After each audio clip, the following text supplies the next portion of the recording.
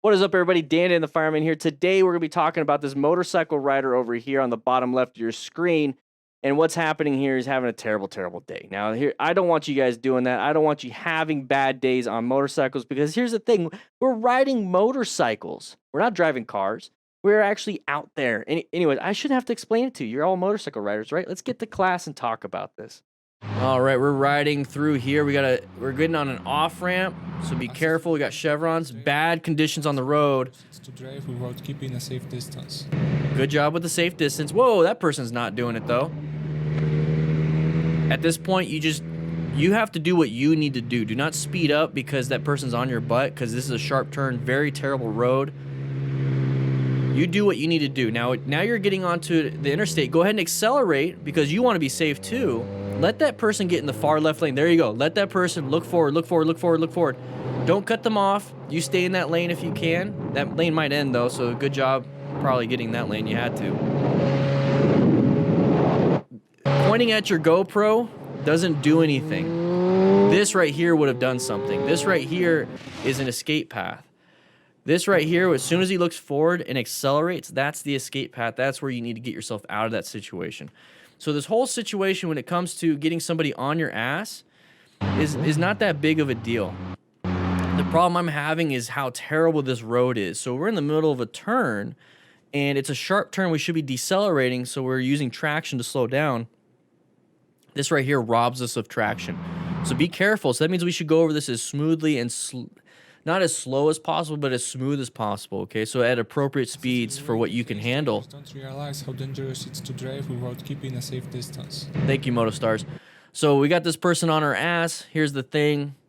A lot of people do that, and they don't even think they're doing something wrong. Don't be this driver right here. Whoa. Don't be this driver right here. If you feel like this is a good enough space cushion for when you're driving and you're behind a car, I'm going to tell you right now, people don't like that, so stop doing that. Okay, give yourself at least, I don't know, a good stopping distance and space cushion. We talk about that on this channel. Why do I even have to help you out with that? Anyways, we're going to be going. You have a great space cushion. You have good line of sight. You are good. The person behind you is being a dum-dum. Don't let them push you into something that you're not comfortable with.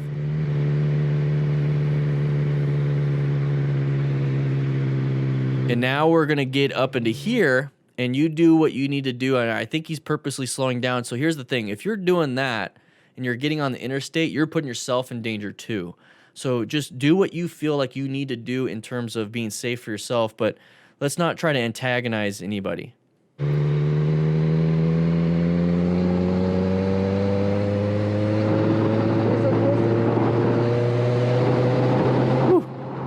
This right here is kind of dumb. The whole thing right here is kind of dumb. Let's not do that. All right, Suzuki, here we go. Angry man steals biker's keys. Uh-oh. Okay, interesting. We'll power through this one a little bit. What are we doing here? So if you have to... Oh, no. Whoa! Maintain your 360 situation awareness. Oh, this doesn't look good. Get yourself out of there. That's your situation awareness should have been telling you, can't be here.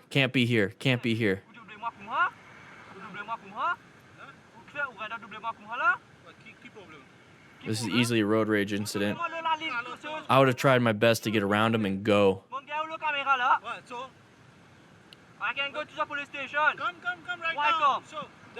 Don't stop in this situation, everybody. I want you guys to be safe. Do not stop. I did not touch you. I did not touch you. All right. So in that situation, I would have just left. Your best bet would have been to leave. He stole the keys. Now you're at the mercy of that person. I would have left. Real quick, I'd like to say thank you to CARDO for sponsoring this channel. I'm actually using their cool little headset thingy thing so I could talk to my kids on their CARDO Pack Talks. Make sure you guys grab yourself a CARDO Pack Talk. Bold, slim, free-com, whatever you want. With the link in the description, you get a discount. Anyways, let's get back. All right, so Triscuit Biscuit, here we go. Yamaha Blaster 200. This is not a motorcycle, but you can still utilize the Smart Rider principles on this. Going a little too fast. We're starting to get a little bit of wobbles. We're going into a corner. Oh no, probably not street legal. That's gonna be the problem, probably. So do what he's doing. Nice and relaxed, just kind of. just I was on the power lines. I live right down the road. Gotcha. Got a red license on you? No. No, nothing. Yeah. The no registration at all. No. No. Yeah, so this is where we start having issues. Road 2 is closed. Okay. So I mean, if you're gonna go down the power line, you gotta cut. Yeah, and I have a trail. Yep. It's just when I get there, the trail's not yet like 100%. It's only like a one-way type thing. But yeah, no. Can't get back up out of it, you mean, or? Yeah, I literally. He's trying to be understanding. It's very good. The issue is they ain't no registration. Yeah, I know. So that's a great interaction. Here's the thing. The rider knows. It's like, shoot, I got caught. Shouldn't have done it. I apologize. What are the consequences? I have to own up to it. And that's what I like. And the cop is trying to give him all these different outs. Do you have this? Do you have that? Or you can't be on the road. It's closed off to you if you don't have this. What are you doing? You live right... Ah, crap. You gave me too much... Not too much information. You didn't give me an out to say, here's a warning. That's pretty much what that is. And I've seen cops do this all day, every day, and it's just take it. You have to take it.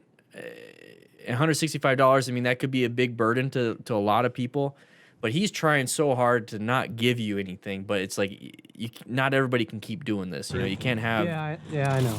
Yeah. All right, here we go. So we're going to be right behind this vehicle. Vince Ryder, I think I've done this one before towards the beginning, so pretty interesting to see it be reused. Come on, Moto Menace.